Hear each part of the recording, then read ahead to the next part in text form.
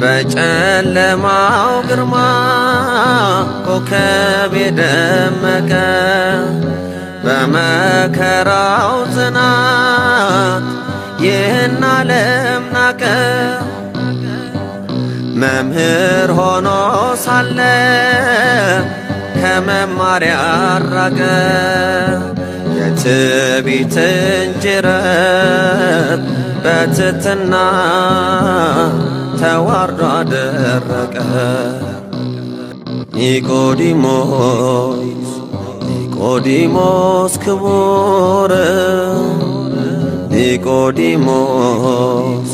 ኒቆዲሞስ ክቡር ሌቱን በብርሃን የሚማር መምህር ሌቱን በብርሃን የሚማር መምህር